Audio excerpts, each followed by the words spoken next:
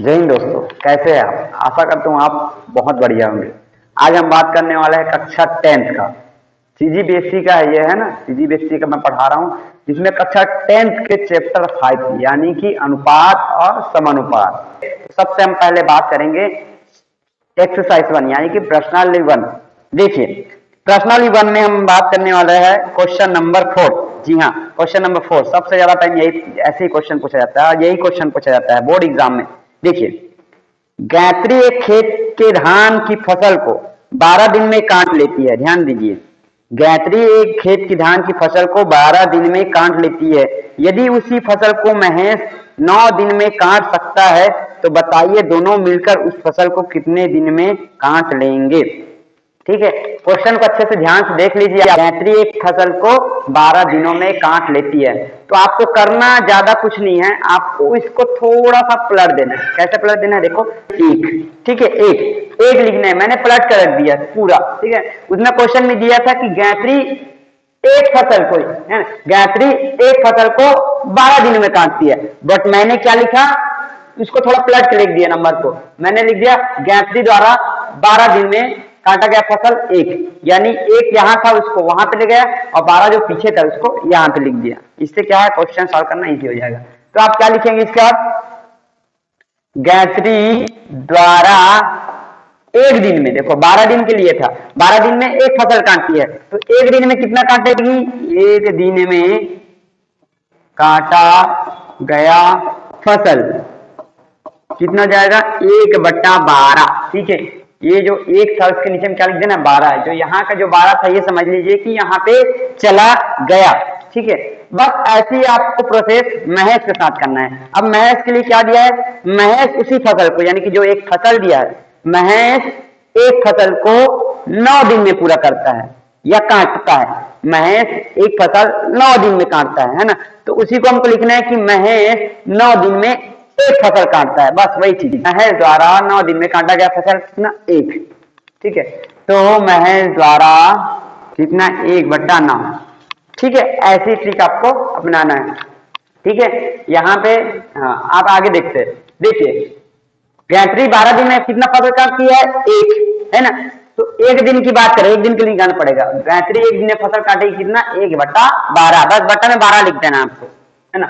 और महेश द्वारा 9 दिन में काटा गया फसल कितना है? एक ही, है ना, उसी फसल को काट रहा है। तो महेश द्वारा एक दिन में काटा गया फसल कितना जाएगा? 1/9। यहाँ भी बटे में आपको क्या डालना है? सिर्फ 9 ही डालना है। ठीक है, तो दोनों द्वारा देखो, एक दिन के लिए हमने निकाल लिया दोनों के लिए, तो अब इसको क्या कर देंगे? जोड़ देंगे, क्योंकि दोनों द्वारा बोला ना गायत्री, क्वेश्चन में पूछा कि दोनों मिलकर कितने दिन में कार्य पूरा करेंगे, तो इसी को लिखना है। गायत्री और महेश द्वारा एक दिन में काटा गया फसल कितना हो जाएगा?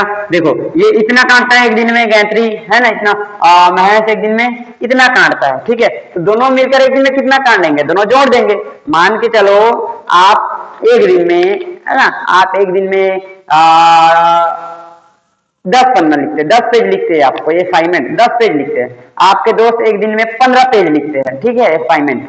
ठीक है, तो दोनों मिलकर एक दिन में कितना पेज लिखेंगे?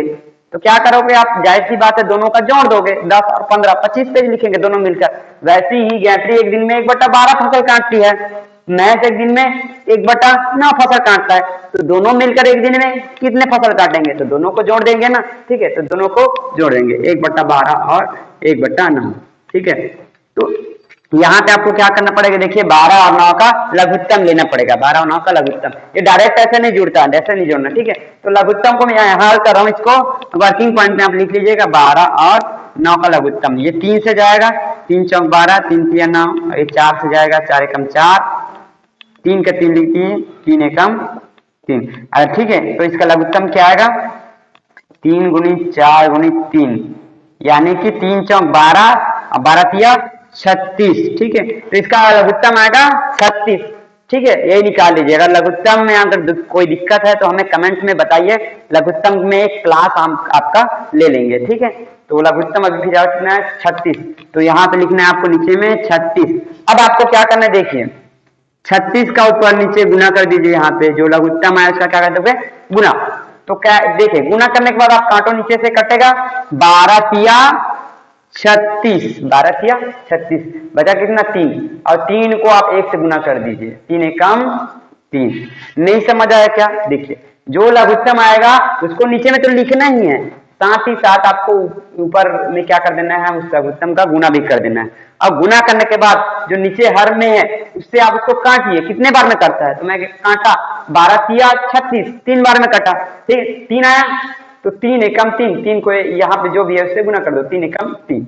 वैसे यहाँ पे 9 से काटूंगा तो 9 चौका 36, ठीक है, तो 4 अब आचार आया, 4 एकम 4 धन 4 आया, कितना 7/36, ठीक है। तो कितना फसल काटेगी ये दोनों मिलकर, कितना फसल काटेंगे 7/36 एक दिन में, है ना। तो इसको एक बार फिर से लिख लीजिए, गायत्री और महेश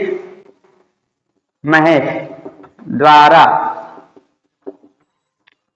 एक दिन में काटा गया फसल कितना है 7/36, ठीक है, 7/36 एक दिन में काटा गया फसल कितना है 7/36, ठीक है। तो क्या लिखेंगे इसी में, गायत्री और महेश द्वारा।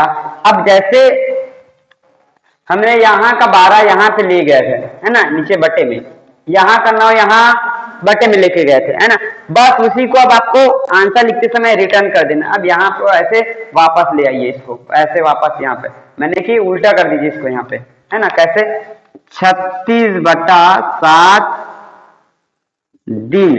देखिए ये जो था उसको मैंने यहाँ पे कर दिया ना, वापस ला लिया, ये ऊपर चला गया, ये नीचे पलट देना, मतलब 7/36 इसको 36/7 कर देना, ठीक है। तो 36/7 दिन में काटा गया फसल, तो यहाँ पे क्या कुछ बचा क्या, नहीं, तो यहाँ पे 1 लिख दीजिए, एक फसल।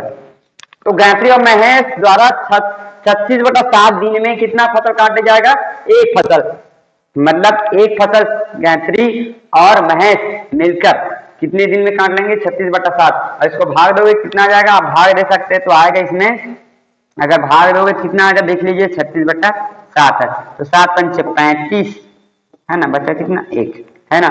तो इसको आप ऐसे लिख सकते हैं, अगर मिश्र के रूप में लिखेंगे तो 5 सही 1/7 दिन, इतना लिख सकते हैं आप, ठीक है, 5 सही 1/7 दिन। तो इसको लिख सकते हैं गायत्री और महेश, है ना, 36/7 की जगह आप लिखिए 5 सही 1/7, 5 सही 1/7 दिन में एक फसल काटेंगे, यही इसका आंसर है। आशा करते हैं आपको ये समझ आया होगा। इसके बाद एक और क्वेश्चन हम बताएंगे, इसको अच्छे से देख लीजिए।